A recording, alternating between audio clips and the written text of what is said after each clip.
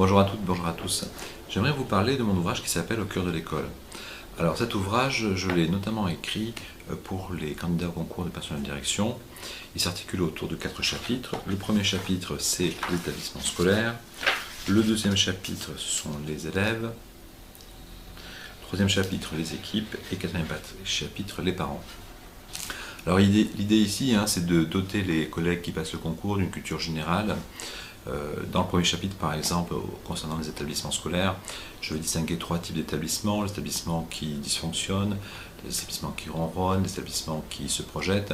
Et là, j'aborde une problématique un petit peu ethnographique, pour montrer aux candidats qu'on peut très vite voir ce qui se passe dans un établissement sans pour autant avoir besoin nécessairement de beaucoup d'indicateurs de type statistique. Dans cette partie-là, j'aborde aussi des éléments liés à la réforme du Collège 2016 ou liés à la réforme mise en œuvre par Jean-Michel Blanquer du lycée. Pour aller un peu plus loin, je propose aux candidats de se pencher un petit peu sur les élèves.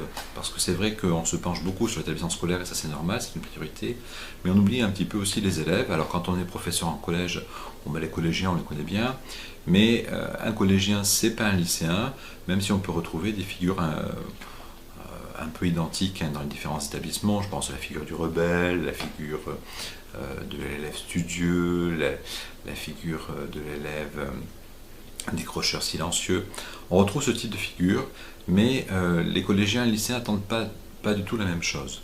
Les lycéens attendent qu'on ait un rapport plus riche avec eux, qu'on les considère un petit peu déjà comme de futurs adultes et qu'on les accompagne sur un projet important pour eux, sur leur projet d'orientation.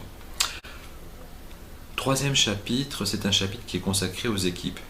Alors là, bien sûr, on retrouvera des articles sur les professeurs, notamment sur les professeurs que j'appelle les professeurs transparents, qui doivent faire l'objet d'une attention particulière des chefs d'établissement.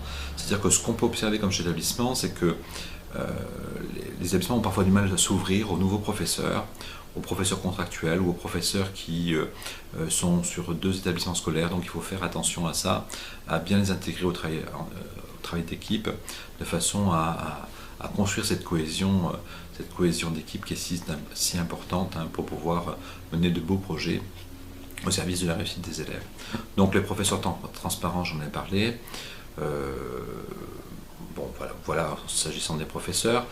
J'ai souhaité aller un peu plus loin aussi et j'ai rédigé un article que certains peut-être ont déjà lu sur mon cours de direction concernant les conseillers principaux d'éducation. Parce que les conseillers principaux d'éducation, ce sont des collaborateurs, des collègues, des chefs d'établissement qui portent avec les chefs d'établissement la politique éducative. Et c'est vraiment important de bien les comprendre, de voir aussi les différents profils. Je vous les laisse découvrir. Et puis de voir surtout quelles sont les problématiques qui peuvent poser problème, qui peuvent être source de conflits. Et donc autant les connaître pour essayer autant que se peut de déminer et de mieux travailler ensemble avec nos collègues qui jouent un rôle tellement important. Bon, je parle aussi des administratifs, des gestionnaires, de façon à donner quelques repères. Enfin, la dernière partie que je crois essentielle, c'est la partie concernant les parents d'élèves. Là encore, les chefs d'établissement souvent ont une expérience, mais bien sûr la relation avec les parents d'élèves, mais on n'est pas forcément bien outillé. Pourquoi? Parce que on n'est pas forcément en contact des travaux de la recherche sur la relation avec les parents, et c'est un peu dommage parce qu'on pourrait mieux comprendre les parents d'élèves et peut-être mieux travailler avec eux si on les comprenait davantage.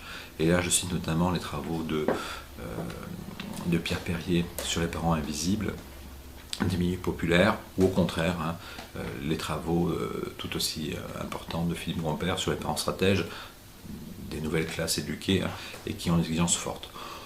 Moi, pour ma part, je vais un peu plus loin, je dresse un panorama plus général de l'ensemble des parents que je vous laisse encore une fois découvrir. Voilà, et puis pour toujours aider les candidats, j'essaie de faire un ouvrage un peu pédagogique qui se clôt par 50 questions, où je reviens sur l'essentiel du contenu pour vous aider à fixer vos connaissances, vous aider à vous doter de cette culture générale de l'école qui est très importante et qui est si essentielle quand on veut piloter un établissement scolaire. Voilà, c'était Jean-Marc Robin pour concourspersonnalisation.fr. À bientôt.